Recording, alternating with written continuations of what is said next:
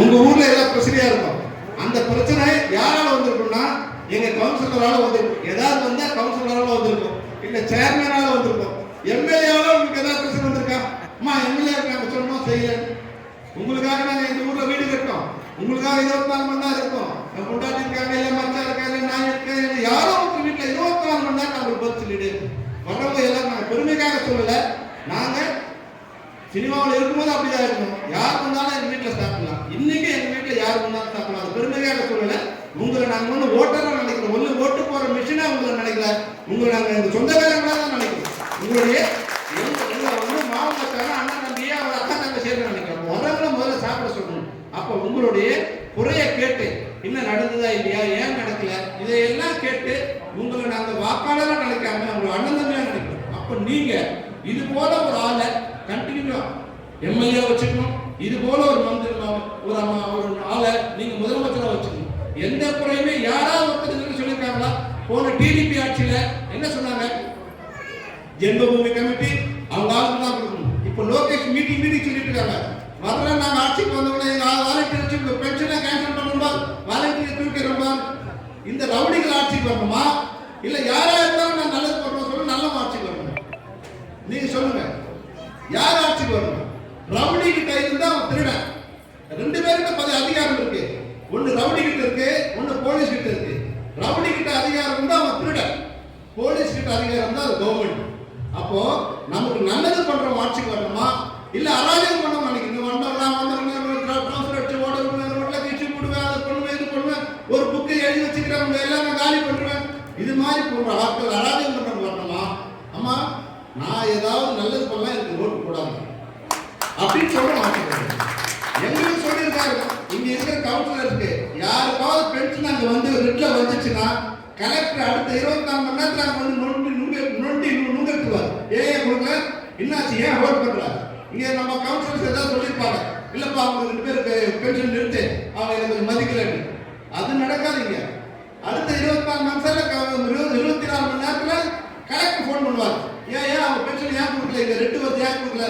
Sir councillor கொடுப்பாங்க, முடியாது, முதல்ல கவுன்சிலர் தராச்சு எம்எல்ஏ வச்சு முதல்ல கூட அதை நிறுத்தவே முடியாது. இந்த மாதிரி நல்லது செய்யற ஆட்சி வரணும்னா நீங்க என்ன பண்ணணும்? தலையில இருந்து பாருங்க, எது சுத்துது? ஃபேன் இங்க சுத்தினா நல்லா இருக்கும், நாட்டுல சுத்தினா நாடு நல்லா இருக்கும், ஆந்திர பிரதேசம் நல்லா இருக்கும். அதனால ஃபேன் சுத்த வைக்க நீங்க எல்லாரோட வேலையும் இந்த 3 வருஷத்துல தான் ஆட்சி நடந்துருக்கு. அது முன்னாடி கொரோனா பீரியட்ல ஒண்ணும் பண்ண முடியல. இப்பதான் ஃபுல் ஸ்பீட்ல வண்டி போயிட்டு இருக்கு. இந்த வண்டி பிரேக் எல்லாம் போச்சுன்னா ஆந்திர பிரதேஷ் இன்னைக்கு முன்னாடி எல்லாம் சொல்லுவாங்க இன்னைக்கு ஒன்றும் ஒரு டெவலப்மெண்ட் இல்லை. இதெல்லாம் என்னமெண்ட்? இப்ப இது என்னமெண்ட்டுமா? சாக்கடையா இருக்க வீடு வந்து கல்யாண மண்டபம் மாறி இருக்கு. சாக்கடையா இருக்கிற உடைய வந்து நாளைக்கு பார்க்க மாற போகுது, இங்க ரோடே வரப்போகுது. இது டெவலப்மெண்டா இல்ல டெவலப்மெண்ட் இல்லையா? பொய் சொல்றவங்க சொல்லிட்டே இருப்போம். அவங்க டிவி இருக்கு, பேப்பர் இருக்கு, ஆளுங்க இருக்காங்க. ஆனா உலகத்துல நான் பார்த்த மனுஷன் சந்திரபாபு நாயுடு மாதிரி ஒரு ஆளை பார்க்கவே இல்லை. பொய்யும் தெரிஞ்சு அவ்வளவு தைரியமா மேடையில் பேசக்கூடிய ஒரே ஆள் சந்திரபாபு நாயுடு தான். அவன் பேசும்போது உன்ன பேசுற மாதிரி இருக்கும். அதை நம்பி நம்ம ஏமாறக்கூடாது. ஏன்னா நான் அது பண்ணுவேன் இது பண்ணுவேன் சொல்லுவேன், நீ முன்னாடி என்ன பண்ண நம்ம கேட்கணும் இல்லையா? நீ முன்னாடி ஆட்சியில் இருக்கும்போது என்ன பண்ண?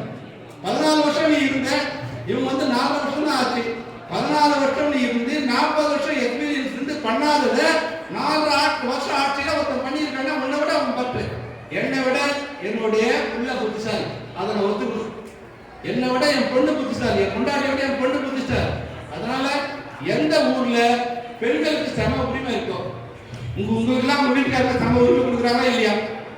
கொடுக்குறாங்களா? கொடுத்தே ஆகணும். எப்படி கொடுப்பாங்கன்னா நம்ம குழந்தைக்கு நம்ம படிக்க வைக்கணும். நான் விரும்பினாலும் விருப்பப்படலனாலும் ரோஜா மேடத்துக்கு மரியாதை கொடுக்கணுமா இல்லையா?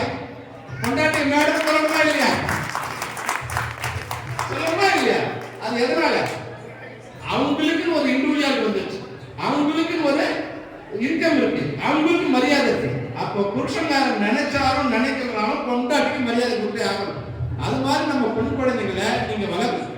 உங்க பொன் குழந்தைங்க நாளைக்கு வந்து ஒரு ஆம்பளையை நம்பி நாங்க நல்லா தான் கொடுத்து நடத்துறோம். நாங்க இதுவா இல்லை. ஆனா ஒருத்தர் புரிஞ்சுக்கிட்டு முன்ன மாதிரி கொண்டாட்டிங்கன்னா அடிமைங்கிற ஸ்டேஜ்லாம் இல்லாம அப்ப நல்லா நடத்தணும்னா நம்ம பெண் குழந்தைகளை நம்ம நல்லா படிக்க வைக்கணும். இன்னைக்கே என் பொண்ணு வந்து அமெரிக்கா படிக்கிறா, வயசு 19 ஆகுது. அதுக்கே அவங்க அம்மா கூட திட்டினாங்க, நீ என்ன குழந்தைய வந்து அனுப்புறேன். ஆமா, நீ நடிக்க வரும்போது உங்க அப்பா அவங்க அலோவ் பண்ணாருல்ல, உங்க அம்மா வானான்னு சொன்னாங்க, உங்க அண்ணன் வானான்னு சொன்னாங்க, உங்க அப்பா அலோவ் பண்ணாருல்ல, அது மாதிரி நீ என் பொண்ணு நாங்க படிக்க போறாட்டோம்னு நான் அலோவ் பண்ணி தான் வாங்கணும் அப்படின்னு நான் சொல்றேன். அப்போ பெண் குழந்தைகளை நம்ம நல்லா படிக்க கல்வியை நம்ம கொடுத்துட்டோம்னா அவங்களை யாராலும் ஒன்றும் பண்ண முடியாது. ஆண்களுக்கு சொல்ல வேண்டிய அவசியம் இல்லை.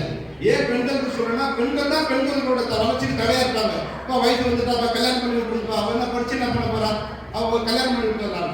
அந்த பெண் குழந்தைய வேலை வாய்ப்பு இல்லாம வேலைக்கு போக முடியாத ஒரு நிலைமையில நீங்க பெண் குழந்தைய கல்யாணம் பண்ணி கொடுத்தீங்கன்னா அவ அந்த வீட்டுக்கு மருமகளா போக மாட்டா, வேலைக்காரியா தான் போகும். நீங்க நல்லா தெரிஞ்சுங்க, உங்க குழந்தைகளை இன்னொரு வீட்டுக்கு வேலைக்காரியா அனுப்பாதீங்க, அவளை ஒரு மருமகளா அனுப்புங்க. அதுதான் நான் வைக்கிற வேண்டுகோள். நீங்க எல்லாரும் நல்லா இருக்கணும். உங்களுடைய வளர்ச்சிக்கு ரோஜா மேடம் ஹெல்ப் பண்ணுவாங்க, ஜெகன்மோகன் ரெட்டி ஹெல்ப் பண்ணுவாங்க. நீங்க பண்ண வேண்டியதெல்லாம் ஒரே வேலை தான், ஃபேனை சுத்த வைக்கணும். அதுதான். நன்றி, வணக்கம்.